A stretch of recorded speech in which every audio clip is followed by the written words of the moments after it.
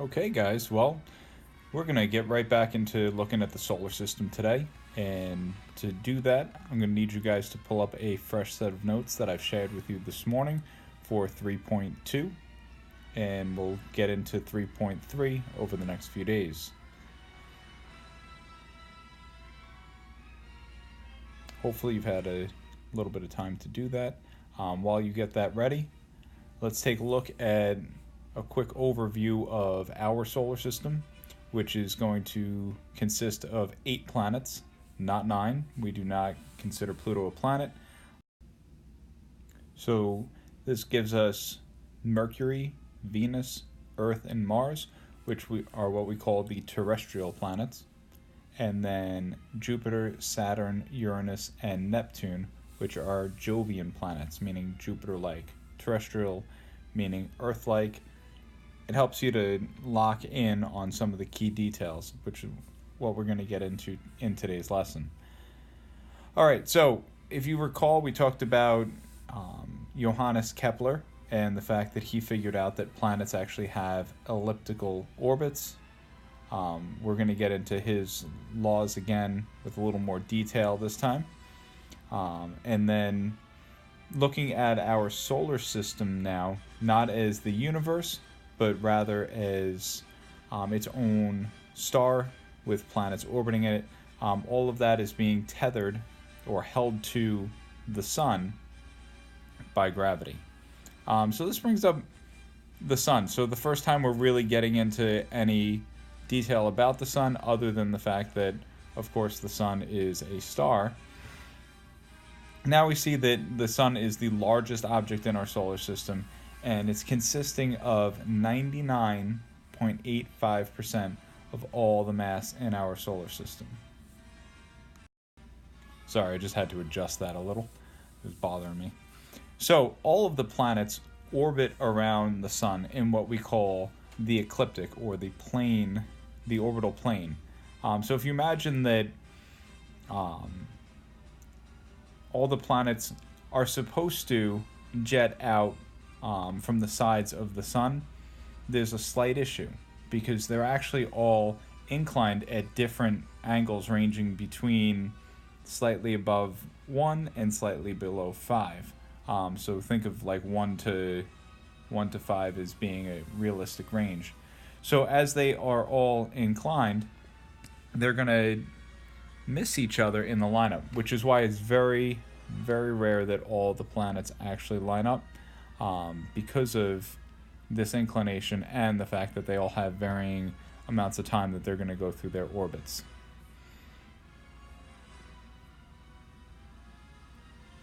All right, hopefully as I was talking you had enough time to note in what you needed to do. But just in case you miss notes in today's lesson, these slides will be up, or this video will be up on my website for a couple days. So let's take a look at the basic layout of our solar system. In the center, and realize this is not to scale, right? Because realistically, our sun is huge in comparison to Jupiter or Saturn. But to make it fit on the page, they had to make it a little bit smaller. The important part here is you see Mercury, Venus, Earth, and Mars, and then you see the asteroid belt. Now I'm just going to draw a little circle around this real quick so that you guys see the asteroid belt. Now let me get rid of that because that's ugly. The asteroid belt is kind of like the crumbs left after making the rocky planets. So the inner planets, the terrestrial or Mercury, Venus, Earth, and Mars, these are rocky. These are going to be the dense, heavier planets. And then all the material that would have made up these harder planets, then kind of the debris gets settled out by gravity, and that gives us the asteroid belt. Once you get past the asteroid belt, you're getting into the gaseous planets. So their density is going to be a lot less, right? Remember that density is mass over volume. These things are huge in comparison to the terrestrial planets, and they're primarily made of gases. so much so that there's not a clear distinction between their atmosphere and their surface. We'll get into that in a few. But I just want you guys to see the overall breakdown. And then you see out beyond Neptune, out here is what we call the Kuiper Belt. So we have asteroid belt, we have Kuiper Belt, and in between each one of these designations are where we're going to have our terrestrial and Jovian planets. All right, so next we're going to look at the size and shape of orbits. So as we said previously, Johannes Kepler is credited with figuring out that planets have elliptical orbits, and he has his 3 laws of planetary motion. Orbits are elliptical. I think you guys get that idea. Planets revolve around the sun at varying speed. Now let's take a look at this chart on the right. If you look closely, you have a blue triangle over here and a blue triangle over here. Both of those are occupying the same area. So when the planet moves from here to here, or from here to here, it's doing it in the same time interval. So basically it's going to be faster over here and slower over here. That's what Kepler's talking about, and it has to do with the distance or relationship back to the focus, or where the sun is located. And of course today wouldn't be complete without a little bit of math. So we talked the other day about his 3rd law being that a planet's orbital period is directly proportional to its distance from the sun. Okay, here I actually noted word for word, the period of a planet's orbit squared is proportional to the average distance from the sun cubed. So those who are math phobic, I apologize. This is the equation that we're talking about right here. Overall, I don't want you guys to stress this concept, but rather be aware of it. I think it's pretty important when we go from looking at the geocentric to the heliocentric to now Kepler figures out the shape of the orbit and then is able to make the relationships make sense between the sun and the different planets. And this helps us to start to predict in the sky where we're going to find different planets. All right, so we're going to move on. And here you have Sir Isaac Newton, right? I of course could have put a cute picture of like somebody sitting under a tree getting knocked in the head with an apple, but I figured this cartoon is a lot more exciting because it helps you to think about the idea when I said earlier that the planets are tethered back to the sun. Maybe you played tetherball back in like elementary school, where like the little balls like attached to a pole and you keep smacking around your friends. The planets in the same way are all orbiting around the sun in the same direction because they're tethered by gravity. See, initially there was debris all over the place, and the dominating direction of movement caused our planets to form the way they are. And that's what you're going to see down here as the nebular hypothesis. And we'll get to that in a second. But first, the universal law of gravitation, right? A force of attraction existing between all objects in the universe. So right now you are all attracted to the desk in front of you. You're attracted to the earth that you're sitting on, which is a good thing because we don't want to float out into space. And yes, you look left, look right. Technically, there's some attraction between you and all those other students. But this isn't an attraction like we're looking for dates on Friday, but rather there's just some type of force that's working between all of us. All right, moving along. So the actual gravitation is going to be dependent on the mass of the object, which is why if our sun is 99.85% of all the mass in our solar system, that's the primary focus that we're all tethered back to. All right, so I said there's nebular hypothesis. Sometimes people like to call it nebular theory, But overall, it's the idea of how did we go from being a solar nebula, or this big old ball of gas, into having a medium mass star, 8 planets that coalesced or condensed out of the remaining debris, and then a whole network of asteroids and comets and dwarf planets. Nebula hypothesis is going to basically lay the groundwork for us to understand this. Okay, so this note in here is giving you the picture of what's going on, and I like the description on the side that a solar nebula contracted, cooled, and condensed into dust-sized particles that accreted or stuck together into a protoplanet, and then into larger planets. So before I change slides, I just want to make this last note. The sun and clouds formed from a rotating cloud of interstellar gas and dust. Easy way to phrase where our sun and our planets come from. All right, let's add a layer on top of this. So the gas and dust pull into the center due to gravity. That gravity right now is going to make into a nebula into a protostar. But then the remaining material around it creates this disk that are going to condense into what we call planetesimals. So now we're thinking, okay, this is like the smallest little size that we can have of planetary material. And planetesimals will eventually combine to form protoplanets, and then when they get larger, we'll either have a dwarf planet, or if they get spherical, they clear their path, we'll actually get a nice large planet. So you guys got 2 different definitions here that you're going to be attentive to, right? Planetesimals, tiny solid pieces of rock and metal. They collect and eventually accumulate to form a planet. And then underneath that, you see the protoplanet formed by combining asteroid-sized rock bodies through impact. So this, for me, makes sense if you've ever made a meatball, right? When you take a meatball, you take a big old pile. I apologize to the vegetarians, but to the rest of us, right?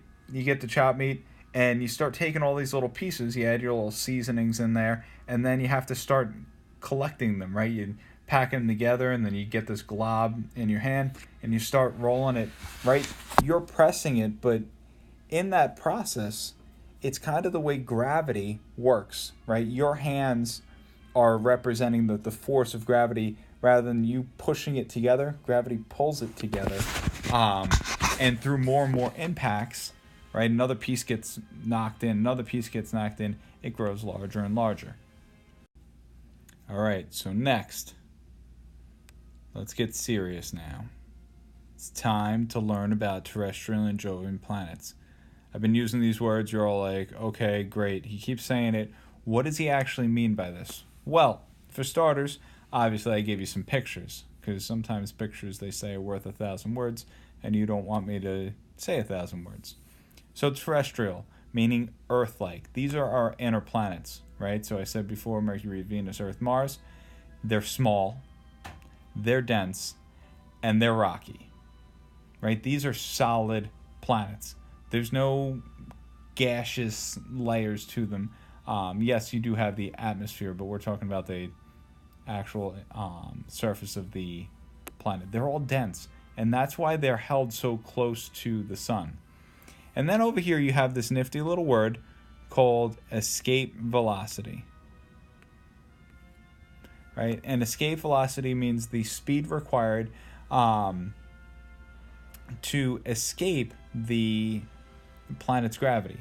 If you stop and think about a rocket ship, right? If NASA or SpaceX wants to put a rocket into space, they know that they need to be able to accelerate beyond the force that gravity is pulling back. Otherwise, that rocket is going to come up and swing right back down to the Earth, and that would be pretty devastating. But when you look at the escape velocity for the Jovian planets and for the terrestrial planets, our escape velocity is actually going to be a lot less. All right, some other fun points. The terrestrial planets have short orbital periods, which is a fun word for year. When you start looking out at the Jovian planets, you're going to realize that their year is actually going to be, or their orbital period is going to be a lot longer. And we just talked about that with Kepler, so I'm not going to belabor the point. Lastly, and the note's not on here, but I think it's worth mentioning, the terrestrial planets don't have very many moons. Right? I mean, in fact, Mercury has no moon. Venus, no moon. Earth has one moon. And then Mars has two moons. Right? So 2, 1, 0, and 0. This is going to be very, very different when we get to the terrestrial the Jovian planets. Right? If you look down at this picture, we talk about 63 moons for Jupiter, right? 61 moons. Now, I know the real space junkies are like, those aren't accurate numbers. NASA knows about more. Yes, but we're going to go with what the textbook says, right? And 27, and then we got 13 all the way out here. So that just shows you a quick breakdown. By comparison, the Jovian planets have a lot more moons. What else do those Jovian planets have? Well, Jovian planets, again meaning Jupiter-like, all have rings. They all have a low density, but they're very gaseous. They all have numerous moons, as we just said. They have very thick atmospheres composed of hydrogen, helium, methane, ammonia, right? These are gases. And as I mentioned in the opening, there's no clear boundary between the atmosphere and the actual planet's surface. So if you could fall into the planet, you actually wouldn't know when you've made it all the way through the atmosphere and now are on the surface. Now, I don't recommend that because there's also a really high escape velocity. So just because you fall down there, you're going to need a lot more energy to be able to get off of a planet like Jupiter or Saturn. All right, I'm going to give you a second to button up any notes you might need from here.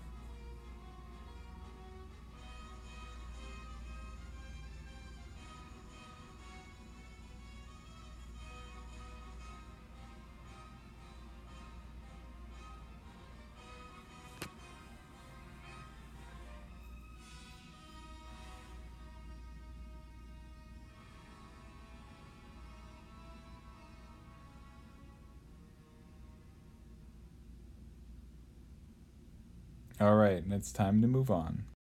All right, so we're going to take a look now at the terrestrial planets.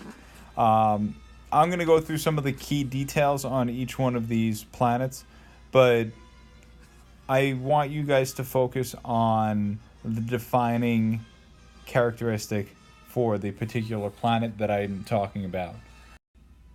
I'll try to make sure that I highlight the key point. That way it helps you guys to have something to anchor onto. I realize there's a lot of information in these slides. Okay, so Mercury, first planet from the sun. It has a fairly short year. When we say revolves every 88 Earth days, that's right, Earth days, that means that it takes 88 days for it to make its way all the way around the sun. So it's going to be really important that you guys become comfortable with words like revolves and rotates. Revolve is to year, as rotate is to day. Now, our day, 24 hours. Mercury, by contrast, takes 57 Earth days to complete one rotation. Now, that's to rotate 360 degrees. Now, we have a special word for that, by the way. It's called a sidereal day, or a sidereal day, if you want to look at it that way. The mean solar day is a little different. That's the time it takes for the planet to rotate from basically high noon to high noon again, for the sun to line up, boom, in the same spot in the sky. So it actually takes a really long time on Mercury. You're going to see how that number starts to change with some of the other planets. So sidereal day, mean solar day, I'll discuss that in a little more detail probably on Friday. Now, greatest temperature extremes will be found on Mercury because Mercury has no atmosphere. There's nothing there to insulate Mercury's atmosphere. So although it can heat up and it can reach some tremendously high temperatures like 427 degrees Celsius, it can also then, when the sun goes down, there's nothing there to hold or trap that heat, and it can drop to minus 183 degrees Celsius. So because of this temperature range, you're talking basically a 600 degree temperature range. Life isn't possible on that planet. Now, I did say that I would highlight, so you might want to clue into some of the things that I might be highlighting. Don't want to be too obvious about it. The surface is very cratered.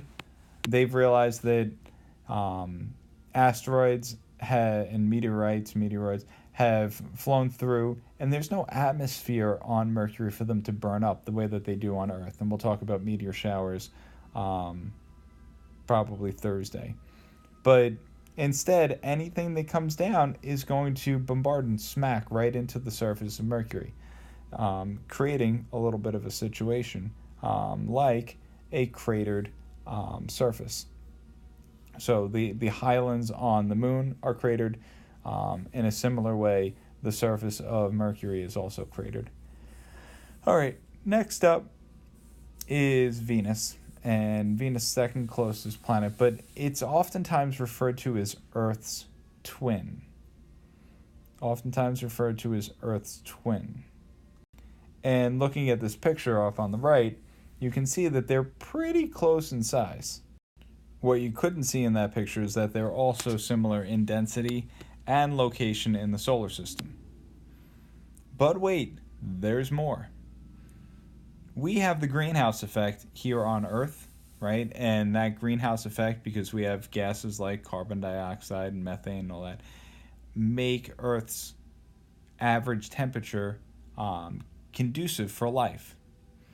The greenhouse effect on Venus is drastically more harsh.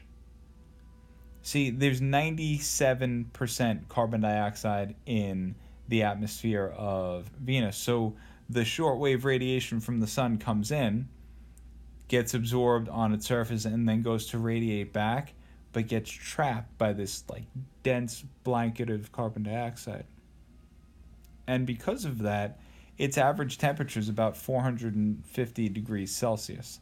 I don't know about the rest of y'all, but I don't even cook food at 450 degrees on the regular, because I would just dry it out. That would just wreck supper. So just to give you a little bit of a perspective, 450, pretty stinking hot. I don't think now Mercury or Venus are places that I'm going to visit.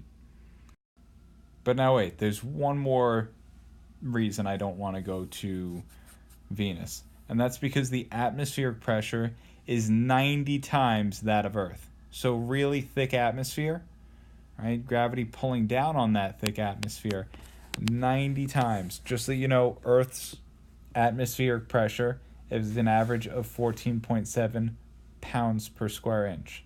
So you can grab your calculator, you can do the math, and you'll find that to be somewhere around 1,300 pounds per square inch. Yikes.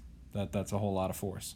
And more volcanoes than other planets in our solar system. Luckily, they're mostly dormant, but again, not a place that I'm looking to go on vacation this summer. And now on to a planet that's near and dear to my heart. Oh, that's right, Earth. Now, you all know that Earth takes 24 hours to rotate. Remember before we used the words sidereal and mean solar?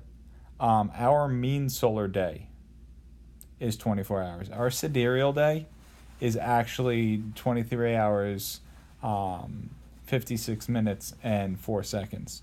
So the actual time it takes just for Earth to rotate 360 degrees, just about 4 minutes shy of 24 hours.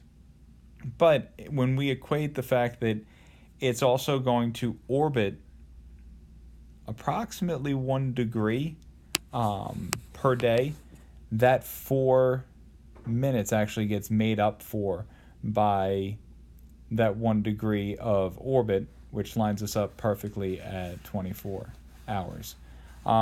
Pretty cool stuff. I'll explain it more when I'm in class, but just wanted to give you guys like a little reference point back to our planet. Now, Earth, as I said before, has one moon. Because it's our moon, we call it the capital M moon, which is what you all are seeing right here, right? That is super, super, super important. By the way, I said I was going to highlight things. Apologize. Now, to our knowledge, this is the only planet that we know of where life is possible, right? Because Earth has liquid water, it has the atmosphere to filter out harmful radiation, and it really is in a sweet spot for temperatures, right? It's not too far from the sun where it's too cold, but it's not too close to the sun where it's too hot. So it's kind of like the Three Bears. It's just right. All right, and on to the last of our terrestrial planets. We got Mars, and Mars is the fourth planet from the sun. It's known as the red planet because of the iron oxide on its surface. Right? Super, super important. Right? Red planet because of the iron oxide. Its period of rotation, or its day, is only about a little more than a half hour longer than ours. But its year, or its period of revolution, is almost twice that of Earth, which we're going to learn later on in Chapter 4 that our seasons are directly related to our orbit around the sun. So Mars actually has seasons that are twice as long as that of Earth. So their summer is twice as long, but also the year is twice as long. So don't think about moving there, because that's going to be a whole lot more school each year. All right. Now, the atmosphere, again, a lot of carbon dioxide, which is nice. But, again, we're going to be a little bit further from the sun. And that's where I was saying that Earth is in that sweet spot. Now we're actually pushing a little bit further out. So it has a high temperature, quote unquote, high temperature of 20 degrees Celsius, but it can drop low temperature all the way down to minus 140 degrees Celsius. So when you look at the other 3 terrestrial planets, you can see that now we're moving away, getting lower temperatures.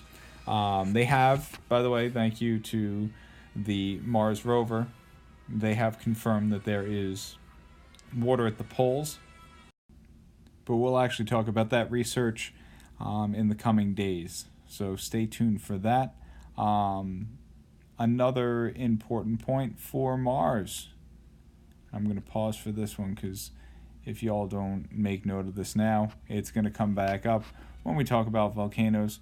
Mars is home to Olympus Mons, the largest shield volcano in our solar system.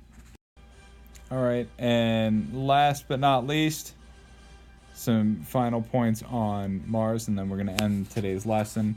Mars has got its own moons, Phobos and Deimos. So Earth had one, the moon. Now we're up to two, Phobos and Deimos. And that's actually going to end our lesson for today. So please take a look at the homework. You guys can start piecing that together, and we'll do this again on Thursday. Thank you to the teacher who is covering my class today. I hope you have a great day. Bye-bye, guys.